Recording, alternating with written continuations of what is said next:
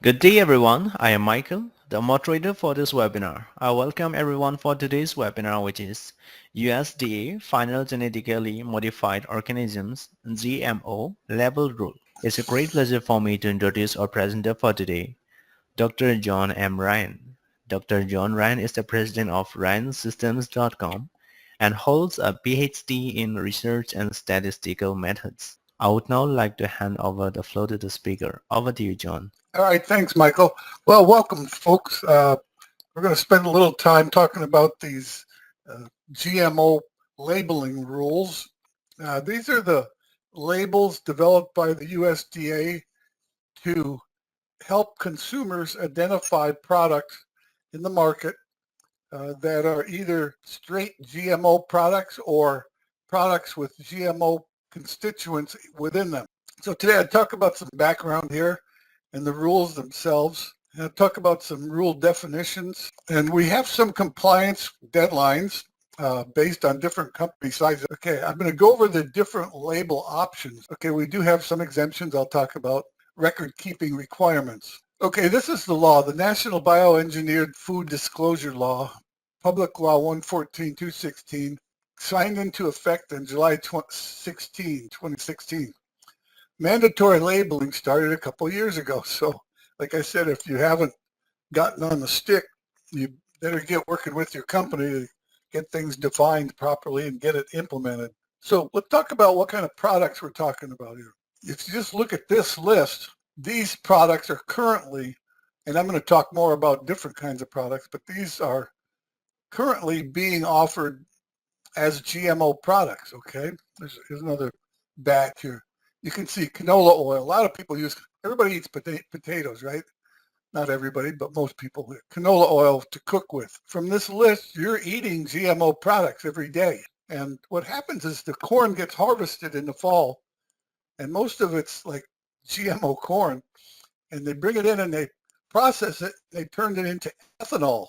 Okay, as of 2019, I dug this up today. There was no genetically modified lettuce available on the market in the United States. Okay, for starters, there are 13 primary at-risk GMO foods commonly found in grocery stores. GMOs aren't really added directly to the meat when you eat meat. However, beef cattle may consume the food that comes from a genetically modified plant, and most likely it does. USDA approved genetically modified crops. So here's the types of things they're after. Herbicide tolerance, insect resistance, drought tolerant, moth and butterfly resistance, corn borer, for corn rootworm resistance. So you can see that there's, quite a variety of things that the geneticist can go after in order to increase crop yields. So let's get into the rules a little bit. Okay, a label for a bioengineered food must bear a disclosure indicating that the food is a bioengineered food or contains bioengineered food ingredient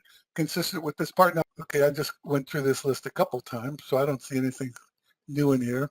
Okay, here's part of the rules. A label shall not bear a disclosure that a food is a bioengineered food or contains bioengineered food ingredient if the records demonstrate the food is not bioengineered food or does not contain a bioengineered food ingredient.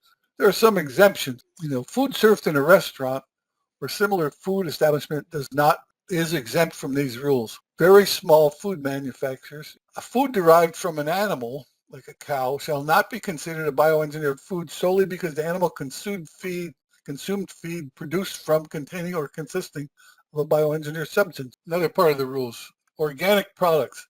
Products certified under USDA's National Organic Program are exempt because they already must not contain any bioengineered ingredients. A food that contains genetic material that has been modified through in vitro recombinant deoxyribonucleic acid techniques and for which the modification could not otherwise be obtained through conventional breeding. Record-keeping requirements. Modified genetic material is not detectable if, pursuant to the record-keeping requirements, records to verify the food has been subjected to a refinement process validated to make the modified genetic material in the food undetectable, or certificate of analysis or other records testing. Okay, so we have to be able to validate the product and the process.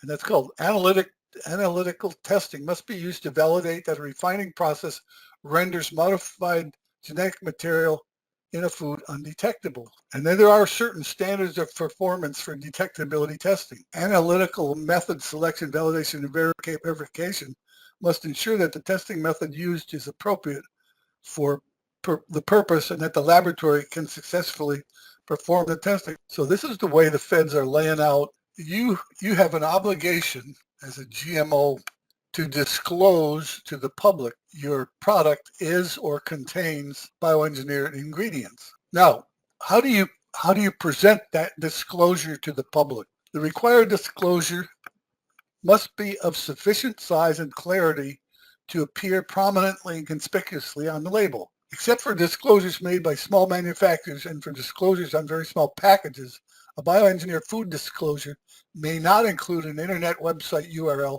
that's not embedded in an electronic or digital link. You have to be careful of that one. If a food product includes more than one bioengineered food, then bioengineered foods, or bioengineered food ingredients may be used. It can be different sizes. Nothing can be added to or removed from the bioengineered food symbol design except as allowed in this part. So you can't modify it. Electronic or digital link disclosure. An electronic or digital disclosure must be accompanied by and be placed directly above or below this statement. Scan here for more food information or equivalent language.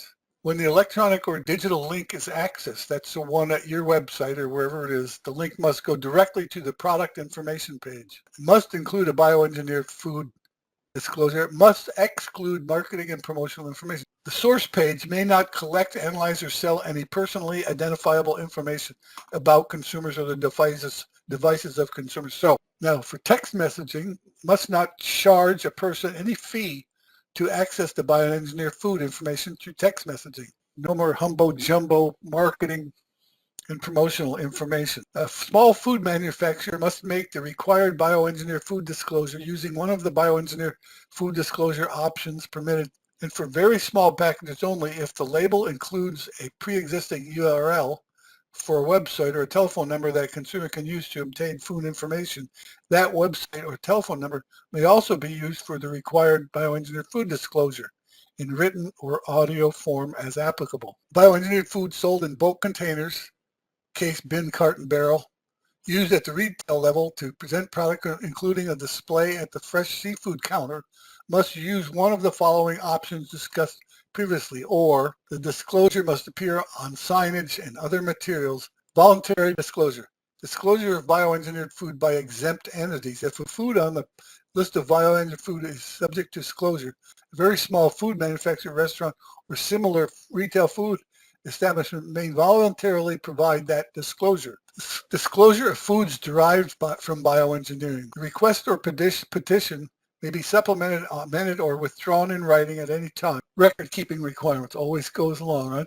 Regulated entities must maintain records. If a food, including an ingredient produced from such food, bears a bioengineered food disclosure based on actual knowledge and is not on the list of bioengineered food, regulated entities must maintain records for such food or food ingredients. Access to records.